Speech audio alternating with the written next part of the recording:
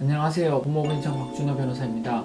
오늘은 도박 사이트의 직원의 형량에 대해서 말씀드릴 건데요. 아직도 도박 사이트 직원은 무조건 집행유예다. 변호사 필요 없이 혼자서 재판받아서 사실대로만 진술하면 된다. 이렇게 생각하시는 분들이 있으신 것 같습니다. 오늘은 저희가 사례를 들어서 좀 더 구체적으로 말씀드리겠습니다. 변호사님들 따라서 법정에 가보면 재판에 혼자 나오시는 분들도 엄청 많은 것 같습니다. 아마 집유 받을 수 있다고 생각해서 그런 것 같은데 괜찮은 건가요? 이게 요즘 법정에 달라진 분위기니 도박사기 사건에 직원으로 연루된 분들은 이런 분위기를 아셨으면 좋겠습니다. 예전에는 가당기간이 5, 6년 되어도 또는 직급이 팀장급 관리자였어도 운영권자나 지분권자 즉 사장급이 아니면은 집행유예가 선고되는 일들이 많이 있었습니다. 그런데 이제는 분위기가 바뀐 게 그 갑지가 되고 있습니다. 그냥 하는 말이 아니라 같이 재판을 받았던 사람들은 저희 의뢰인들이 집행유예 받았을 때 실형이 나오는 경우들도 많이 있는 것입니다. 그렇게 실형을 받으신 분들이 대단한 관리자 이거나 또는 가당기간이 길었거나 그런 것도 아닙니다. 많은 사람들이 이런 범죄에 쉽게 가담하고 돈을 쉽게 벌 수 있다는 이런 것이 알려지면 사회기강이 무너지니까 법원에서도 직원이라 해서 집행유예로 풀어주는 것은 바람직하지 않다 이렇게 생각을 하는 범위 내에서 처벌 수위를 높여가고 있는 것 같습니다. 안일하게 생각해서 직원이니까 혼자 재판에 가겠다 그러다가는 이제 실형이 선고받아서 깜짝스럽게 구속이 될 수가 있습니다. 의뢰인들 중에는 형량보다 추징금을 무서워하는 분들이 많은 것 같습니다. 변론을 하는 변호사 중에는 직원이니까 추징을 할 수 없다고 주장하는 분들도 있던데 맞는 말인가요?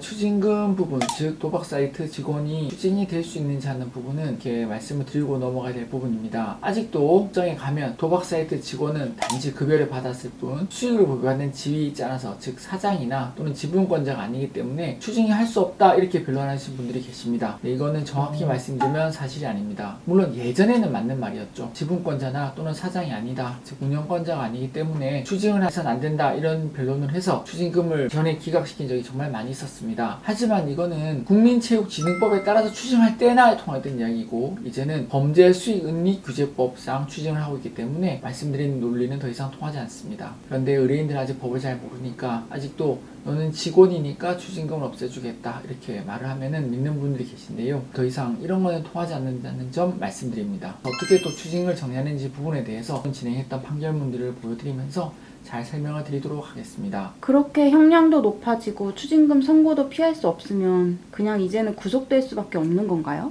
꼭 그런 것만은 아닙니다. 피고인들마다 결과가 다 똑같으면 굳이 이렇게 도박 사이트 전문 변호사, 도박 사이트에 대해서 이해도가 있는 변호사가 필요하진 않을 것입니다. 제대로 된 변호사의 조력만 받으면 실제적으로 좋은 결과를 받을 수 있는 가능성이 상당히 많이 있습니다. 저희가 앞서서 말씀드린 것처럼 저희가 같이 재판을 받던 다른 토토 직원분들은 모두 구속되었지만 저희 의뢰인만은 혼자만 구속을 피해서 집행유예를 받은 경우가 있습니다. 이것은 변론의 차이가 나는 결과라고 할 수 있습니다. 오해하실까봐 말씀드리면 당시에 구속됐던 분보다 저희 의뢰인이 특별히 가담기간이 짧고 돈 버는 게 더 없고 직급이 낮다 이런 것이 절대 아닙니다. 직급은 다시 똑같은 직원이었고 가담기간도 약간의 차이가 나거나 오히려 비슷하거나 오히려 더 짧은 분들이 있었습니다. 그렇다고 해서 개인적으로 임신했다거나 자녀가 있다 개인적인 사유가 있는 것도 아닙니다. 오히려 가담 정도가 짧음에도 불구하고 실형이 나온 분에 비해서 집행유예를 받아들인 것은 변론 전략의 차이에서 나온 결과가 아닐까 싶습니다. 제가 형량이 높아졌다고 말씀드렸는데요. 이렇게 젊은 분들이 쉽게 돈을 벌려고 범죄에 많이 연루되어서 법원에서 수위를 높인다고 말씀드렸지 않습니까? 근데 판사님들은 제대로 벌을 주고 풀어주지 않으면 이 피고인들이 또 돈을 벌려고 이번엔 집행유예를 받았으니까 이런 일을 해도 또 쉽게 돈을 벌 수 있구나 또 다시 이런 일을 찾을 수 있다고 생각을 하게 되었습니다.